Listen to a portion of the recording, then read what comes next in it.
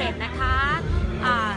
มาเจอกับนุ่นได้นะคะตั้งแต่วันนี้จนถึงวันที่15 มกราคมเลยค่ะนุ่นนะคะหมายเลข24ค่ะ